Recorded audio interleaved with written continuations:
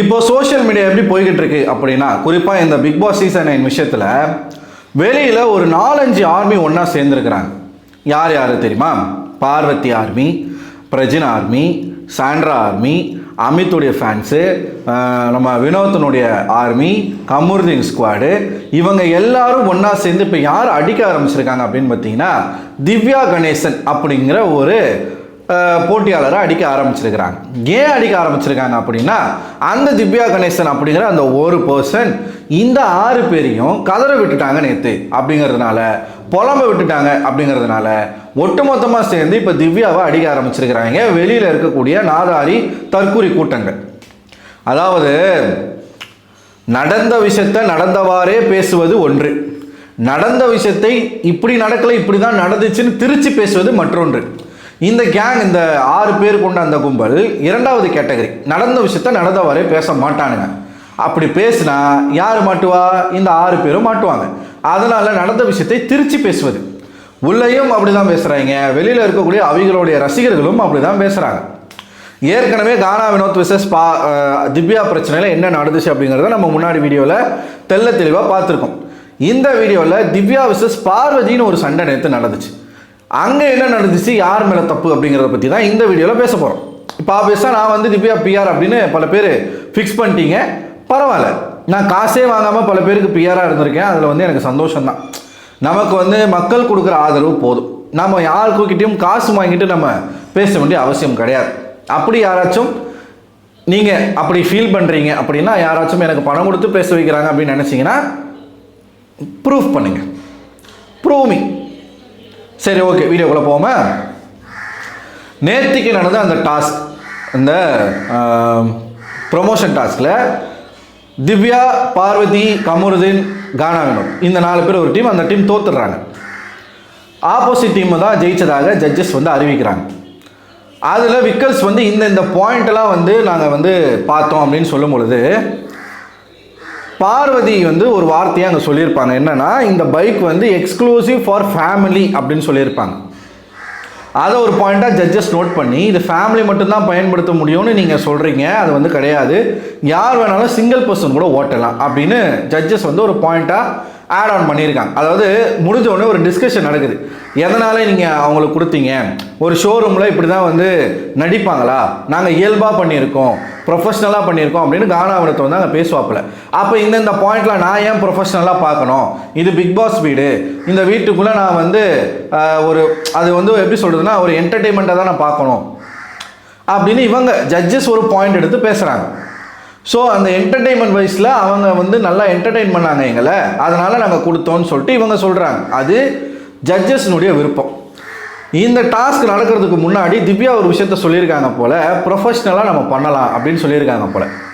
இப்போது அது ஒரு பாயிண்ட்டாக எடுத்து வச்சு தான் இந்த பீடை வந்து ஒரு பிரச்சனையாக பண்ணுச்சு. என்னென்னா, இந்த டிஸ்கஸ் பண்ணுறாங்க இல்லையா, தோற்ற உடனே திவ்யா சொல்கிறாங்க, எக்ஸ்க்ளூசிவ் ஃபார் ஃபேமிலின்னு பார்வதி சொன்னது தப்பு தான், அதை நாங்கள் இல்லைன்னு சொல்லலை. அதே மாதிரி கானா வினோத் வந்து என்ன பண்ணிடுறாரு, டாஸ்க் நடந்துக்கிட்டு இருக்கும் போதே ஜட்ஜஸ் கிட்ட சண்டைக்கு போயிடுறாப்புல. எப்பயும் போல் அவர் எப்பயுமே தான் பண்ணுவாப்புல. கேரக்டர் வந்து வெளியில் வந்து ஒரு விஷயத்த கேட்க போய் அதுக்கும் ஒரு பாயிண்ட் வந்து மைனஸ் பண்ணியிருக்காங்க. கானா வினோத் அந்த மாதிரி பண்ணது வந்து திவ்யாவுக்கே தெரியலை. அப்போ அந்த பாயிண்ட்டை சொல்லும்போது திவ்யா கேட்குறாங்க, அந்த மாதிரி பண்ணாரா அவர் அப்படின்னு சொல்லிட்டு கேட்குறாங்க. ஆமாம், அவர் பண்ணார் அப்படின்னு சொல்லும்போது அப்படி பண்ணியிருந்தாலும் அது தப்பு தான் அப்படின்னு சொல்லிட்டு அவங்க சொல்லிட்டாங்க.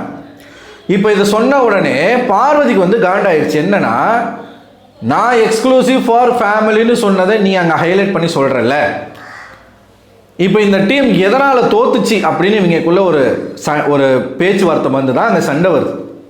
எதனால் தோத்துச்சாமா, திவ்யா வந்து ப்ரொஃபஷ்னலாக பண்ணலாம் அப்படின்னு சொன்னதுனால எல்லாரும் ப்ரொஃபஷ்னலாக பண்ணாங்களாமா, அதனால் தோத்துருச்சாமா. அதனால் அந்த டீம் தோத்ததுக்கான காரணம் திவ்யாவாமா. இது நல்லா இருக்குல்ல? இது ஆக்சுவலாக ப்ரொஃபஷ்னலாக பண்ணலாம் அப்படின்னு சொல்கிறது 4 பேர் இருக்கீங்கன்னா, அந்த 4 பேரில் ஒரு நபரனுடைய ஒரு ஐடியா, ஓகேவா? அதை எடுத்துகிட்டு நீங்கள் போய் பண்ணுறீங்க. ஆனால் ஜட்ஜஸ் அவங்களுக்கு யாரை பிடிச்சிருக்கோ அவங்க சூஸ் பண்ணுறாங்க. இது ஜட்ஜஸ்னுடைய பியோர் மிஸ்டேக்கை தவிர்த்து இது திவ்யாவினால தான் தோத்துச்சுன்னு நம்ம சொல்ல முடியாது. ஏன்னா அது ஒரு ஐடியா. கடைசியில் மார்க் போட்டது யார்? என்டர்டெயின்மெண்ட் வச்சு அவங்க மார்க் போட்டிருக்காங்க. இப்போ திவ்யாவுக்கு ஜட்ஜஸ் முன்னாடியே சொல்லலை, நாங்கள் எதை வச்சு மார்க் போடுவோம்னு சொல்லலை. அப்போ ஜட்ஜஸ் எந்த கிரைட்டீரியாவில் மார்க் போடுவாங்கன்றது யாருக்குமே தெரியாது, 2 டீமுக்குமே தெரியாது. தெரியாமல் 2 டீமுமே இவங்க இந்த மாதிரி பண்ணலாம், நம்ம இந்த மாதிரி பண்ணலாம்னு ஒரு விஷயத்த பண்ணுறாங்க. இவங்களுக்கு அது பிடிச்சி போய் இவங்க மார்க் போடுறாங்கன்னா அது பியூராக யாருடைய முடிவு? ஜட்ஜஸ்னுடைய முடிவு. ஸோ இந்த ஐடியானால தான் தோற்று போகணும்னு நம்மளால் சொல்ல முடியாது. அந்த பெர்ஃபார்மன்ஸ் பண்ணும்பொழுது அங்கே நம்ம என்ன மிஸ்டேக் பண்ணியிருக்கோம் அப்படின்றத ஜட்ஜஸ் சொல்கிறாங்க. அப்போ அதுதான் ஒரு காரணமாக எடுத்து பேசணுமே தவிர்த்து பார்வதி ஒரு பாயிண்ட்டை சொன்ன உடனே இவங்க திவ்யா மேலே அந்த மிஸ்டேக்கை திருப்பணுன்றதுக்காக நீங்கள் ப்ரொஃபஷ்னலாக பண்ணலான்னு சொன்னீங்கல்ல, அதை ஏற்று தான் நாங்கள் பண்ணோம், அதுதான் இங்கே வந்து ஒரு மிஸ்டேக்குன்னு சொல்லிட்டு பார்வதி என்ன பண்ணுறாங்க, அப்படியே ஒரு விஷயத்த ட்விஸ்ட் பண்ணுறாங்க. ட்விஸ்ட் பண்ணும்போது திவ்யா கேட்குறாங்க, பார்வதி நீ வந்து பயங்கரமாக ட்விஸ்ட் பண்ணுற, நீ இந்த மாதிரிலாம் ட்விஸ்ட் பண்ணாத. அதாவது பார்வதியை திவ்யா வந்து மார்க் பண்ணிட்டாங்களாமா, இப்படி இப்படி பண்ணி மார்க் பண்ணிட்டாங்களாமா. அது எப்படி திவ்யா மார்க் பண்ணலாம்? இவெல்லாம் ஒரு பொண்ணா ஊன்னு பேசிக்கிட்டு இருக்காங்க உள்ளேயும் வெளியும். நீங்கள் அந்த சம்பவம் நடக்கும்போது நல்லா பார்த்தீங்கன்னா இவர் விக்கல்ஸ் கிட்ட பேசிகிட்டு இருக்காங்க. விக்கல்ஸு, திவ்யா, கமருதீன் எல்லாமே உள்ளே பேசிகிட்டு இருக்காங்க. அப்போ பீடை அந்த பெட்டில் உட்காந்துக்கிட்டு பீடை தான் முதல்ல என்ன ஆக்ஷன் காட்டும், இந்த ஆக்ஷனை காட்டும். திவ்யா தான் ப்ரொஃபஷ்னலாக பண்ணலாம் அப்படின்னு சொன்னாங்க, அதனால தானே நம்ம ப்ரொஃபஷ்னலாக பண்ணோம், அதையும் நான் இங்கே சொல்ல விரும்புகிறேன் அப்படின்னு சொல்லிட்டு பீடை இப்படி பண்ணுது.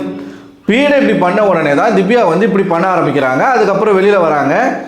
ஒரு மாதிரி வந்து பார்வதியை கலாச்சி பயப்படாத பாரு அப்படின்னு வந்து சொல்கிறாங்க. சொன்ன உடனே சொல்லிட்டு திவ்யா சைலண்ட் ஆகிட்டாங்க.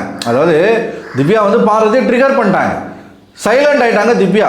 இவ உட்காந்து காய்ச்சி மூச்சுன்னு குள்ள நரின்னு ஒரு பாட்டு பாடினாங்க. ஏதோ ஒரு பாட்டு, ஓடுற நரியில் ஒரு நரி குள்ள நரி தான் அப்படின்னு அவங்க பாட்டு பாடிட்டு இருக்காங்க. உடனே பார்வதியே என்ன குள்ள நரின்னு சொல்லிட்டாடா. விக்கல்ஸ் கிட்ட போயிட்டு, விக்கல்ஸே நான் குள்ள நரியாமடா அப்படின்னு சொல்லுவான். ஆமாம் நீ குள்ள நரி தான் அப்படின்னு அவனும் சொல்லிட்டான். என்னை வந்து அப்படி சொல்லிட்டாடா திவ்யா. ஐயோ நான் ரொம்ப பயந்துட்டேன். ஐயோ பைத்தியம் மாதிரி குதிக்க ஆரம்பிச்சிச்சு. ஒரு கடத்துக்கு மேலே ஒரு மாதிரி ஆயிடுச்சு. பார்வதி ட்ரிகர் ஆகிட்டு ஒரு மாதிரி தைய தக்கான திவ்யா பாட்டு பாடிக்கிட்டு அவங்க வந்து சமைச்சிக்கிட்டு இருக்காங்க. சொல்லிவிட்டு அந்த அம்மா சைலண்ட் ஆயிடுச்சு. ஸோ இதுக்கப்புறம் தான் ஒரு டிஸ்கஷன் வருது, யாரை மார்க் பண்ணாங்க. இப்போ நான் என்ன கேட்குறேன், இவெல்லாம் ஒரு ஆள் இவளை மார்க் பண்ணாங்க நீங்கள் பேசுகிறீங்களே, இதே மாதிரி அரோரான்ற ஒரு கேரக்டரு, அரோரான்ற அந்த ஒரு கண்டஸ்டன்ட் பூமானதே என்னைக்கு அப்படின்னு பார்த்தீங்கன்னா கிச்சன் ஏரியாவில் பார்வதியை வச்சு செஞ்சதுனால தான். லிட்ரலாக அன்றைக்கி அரோரா பண்ணது பார்வதி அரோரா கிட்ட எப்படி நடந்துக்கிட்டாலோ இதுக்கு முன்னாடி அதையே திருப்பி பண்ணாங்க. பார்வதிக்கு பார்வதியினுடைய ஓன் மெடிசனே கொடுத்தாங்க. நேற்றுக்கு திவ்யா பண்ணதும் அதுதான். அரோரா பண்ணும் பொழுது ஒரு கூட்டமே ரசிச்சுது, அரோராவுக்கு ஓட்டப்பட்டாங்க, அரோராவை இவ்வளோ தூரம் கொண்டு வந்துட்டாங்க. ஆனால் திவ்யா பண்ணிட்டாங்கன்ன உடனே பயங்கரமான ஐயோ எவ்வளோ பெரிய மார்க்கிங், இது எவ்வளோ பெரிய லிட்ரலாக புள்ளி பண்ணுறாங்க பார்வதியை. பார்வதி ஹராஸ்மெண்ட் பண்ணுறாங்கன்னு ஒரு 6 பேர் கொண்ட ஒரு டீம். அது எத்தனை squad? Kamarudeen squad, Divya Parvathi squad, Parvathi army, Sandra army, ஒரு அமித்துக்கு ஒரு ஆர்மி இருக்குதுங்க, அமித் ஆர்மி, கானா வினோத் ஆர்மி, இன்னொன்று வந்து பிரஜின், வெளியில் போனாலும் பிரஜின் ஆர்மி. உட்காந்து கழுவுறானுங்க பாருங்க பார்வதியை, இவங்க திவ்யாவை அப்படி கழுவிக்கிட்டு இருக்காங்க. நான் என்ன கேட்குறேன், திவ்யா வந்து எந்த இடத்துலையும் பார்வதி வந்து அஃபெக்ட் ஆகணும்னு பேசுனதே கிடையாது. அந்த ஒரு சமயத்தில் நடக்கும்போது அதுக்கான ரியாக்ஷன் வருது, அதுக்கான ஆக்ஷன் வருது, அந்த இடத்துல ஒரு சண்டை வருது, அதோடு விட்டுடுறாங்க. ஆனால் இவ இருக்கா இல்லை இந்த பீடை, இவ எவ்வளோ பெரிய அசிங்கமாக பேசக்கூடாது, இவ எவ்வளோ பெரிய கேடுகட்ட நாய் அப்படிங்கிறத இந்த வீடியோ பாருங்க. ஓடுறாங்க பார்த்தீங்களா? எவ்வளவுதான் பிரச்சனை வந்தாலும், அவ்வளோ வன்மம் மனசுக்குள்ளே இருந்தாலும், கானா வினோத்து கூட திவ்யா கீழே விழுந்துடாதேன்னு சொல்கிறாப்புல, அவன் மனுஷன். ஆனால் இந்த நாய் கீழே விழுந்துரு அப்படின்னு சொல்லி வேண்டான். இவ ஒரு ஆளுமயிருன்னு இவளை கிண்டல் பண்ணிட்டாங்க, மார்க் பண்ணிட்டாங்கன்னு வெளியில் ஒரு கூட்டம் கதறிக்கிட்டு இருக்கீங்களே, ஏன்டா இத்தனை நாளாக மார்க்கிங் பண்ணுறது தப்பு அப்படின்னா முதல்ல நீங்கள் பார்வதி தாண்டா திட்டியிருக்கணும், பார்வதி தாண்டா வெளில அனுப்பியிருக்கணும். பார்வதியின் வழியிலே பார்வதிக்கு பதில் சொல்லியிருக்கிறாங்க திவ்யா. சீரியஸாக புரியுதுங்களா உங்களுக்கு? இது வந்து என்னை பொறுத்த வரைக்கும் தப்பே கிடையாது. பார்வதியை நீங்கள் என்ன எக்ஸ்ட்ரீமுக்கு போய் வேணாலும் மார்க் பண்ணலாம், அவள் டிசர்விங்கான ஆளு தான். திவ்யா அப்பா வச்சு கிண்டல் பண்ணுறீங்களே, அந்த மனுஷன் மூஞ்சிக்கு நேராக பேசிட்டு போனார். பொம்பளை புத்தியை பார்வதி அம்மா காத்திட்டாங்க. ஏன்னா மூஞ்சிக்கு முன்னாடி ஐயோ திவ்யா செமையாக சமைச்சிட்டோமா, சூப்பராக சமைச்சிட்டோமா, பயங்கரமாக பண்ணிட்டோமா, ரொம்ப நன்றிமா அப்படி பேசிட்டு பின்னாடி உட்காந்து கழுவுற. ஆக்சுவல் ஊர்கிழவி நீ தான். சரியா? மூஞ்சிக்கு நேரம் அந்த மனுஷன் ஆம்பளத்தனமாக மூஞ்சிக்கு நேரம் பேசிட்டு போனார். உங்களை மாதிரி பொம்பளை மாதிரி நீங்கள் பொம்பளை தான், பின்னாடி பேசலை. அதனால் முதல்ல இவ ஒரு ஆள் கிடையாது, இவளை மார்க் பண்ணிட்டாங்க கிண்டல், இவளை என்ன வேணாலும் பண்ணலாம். வீட்டுக்குள்ளேயே அந்த டிஸ்கஷன் போகுது, நீங்கள் ஏன் மார்க் பண்ணீங்கன்னு சொல்லிட்டு. தப்பே கிடையாது. இப்படி பண்ணது பார்வதி தான். இந்த ஆக்ஷன் வந்து ஆப்போசிட்டில் இருக்கிறவங்கள கிண்டல் பண்ணுறதுக்கு நம்ம பண்ணக்கூடிய ஆக்ஷன். ப்ரோ கிரிஞ்சு பண்ணாத ப்ரோ, ப்ரோ போதும் ப்ரோ, இது அதை பண்ண உடனே அவங்க பண்ண ஆரம்பிச்சிட்டாங்க. நீ ஒரு 5% பண்ணியிருப்ப, அவங்க ஒரு 95% பண்ணிட்டாங்க. அவ்வளவுதான். இப்போ அந்த டீம் தோத்ததுக்கே காரணம் திவ்யா தான். திவ்யாவுக்கு கோஆர்டினேஷன் இல்லை. திவ்யா தான் வந்து ப்ரொஃபஷ்னலாக பண்ணலான்னு சொல்லிட்டாங்க. ஜட்ஜஸை விட்டாங்க. ஏன்னா இவங்க ஜெயிக்கக்கூடாதுன்றதுக்காகவே அவங்க வந்து இந்த சைடு மார்க்கை போட்டாங்க. ஓகேவா? பியூராக வந்து ஜட்ஜஸ் வந்து ஒன் சைட் ஸ்டாண்ட் எடுத்து போட்டிருக்காங்க, அதை விட்டாங்க. இப்போ பார்வதி என்ன ட்ரை பண்ணுறாங்க? பார்வதி எல்லாரையும் மூல செலவு பண்ணி, வினோத்தை வந்து மூல செலவு பண்ணி, கமருதினை மூல செலவு பண்ணி, திவ்யா தான் காரணம், திவ்யானால தான் அந்த டாஸ்க் நம்ம தோத்துட்டோன்னு நம்ப வச்சுட்டா, ஒத்துக்க வச்சுட்டா. இப்போ நேற்றுல இருந்து இப்போ வரைக்கும் அதை தான் பின்னாடி பேசிக்கிட்டே இருக்காங்க. காலையிலே ஒரு டீம் வேறு ஃபார்ம் பண்ணி மறுபடியும் பேச ஆரம்பிச்சிருக்காங்க. அது அடுத்த வீடியோவில் பேசுவோம். ஒரே வீடியோவில் பேசினா நல்லா இருக்காது இல்லையா? ஸோ எக்ஸாக்டாக நேற்று நடந்த சம்பவங்கள் இதாங்க. வினோத் விஷயத்துலையும் இதான் நடந்துச்சு, பார்வதி விஷயத்துலையும் இதான் நடந்துச்சு. தனக்கு வந்த அர்த்தம் மற்றவனுக்கு வந்த தக்காளி சட்னின்ற மாதிரி தான் 2 பேருமே நடந்துக்கிறாங்க. வினோத்தும் சரி, இதே விஷயத்த பார்வதி சொல்லியிருந்தா கூட வினோத் இவ்வளோ பெருசாக எடுத்துகிட்டு போயிருக்க மாட்டார். திவ்யா சொல்லிட்டாங்க, இங்கே நகைச்சுவை கூட இன்னார் சொன்னால் தான் நான் எடுத்துப்பேன், இன்னார் சொன்னால் தான் நான் ரசிப்பேன் அப்படின்னு ஒரு கூட்டம் இருக்குது. அந்த மென்டாலிட்டியில் தான் வீட்டுக்குள்ளே இருக்கிற ஆட்களும் இருக்காங்க.